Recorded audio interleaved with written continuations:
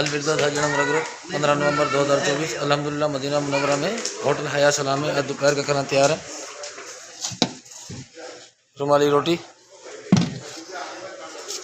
बिरयानी का सादा चावल,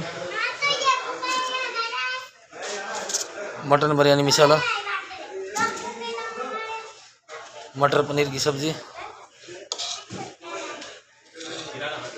मीठे में शाही टुकड़ा, टेबल का मीठा, पापड़ फ्राई, सलाद कचुम्बर, इसके अलावा मुख्तलिफ किस्म की सलाद,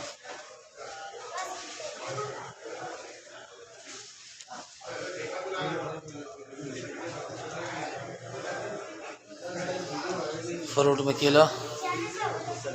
तरबूज, पॉपकॉर्न, ठंडे में सेवन अप, मरिंडा, पेप्सी,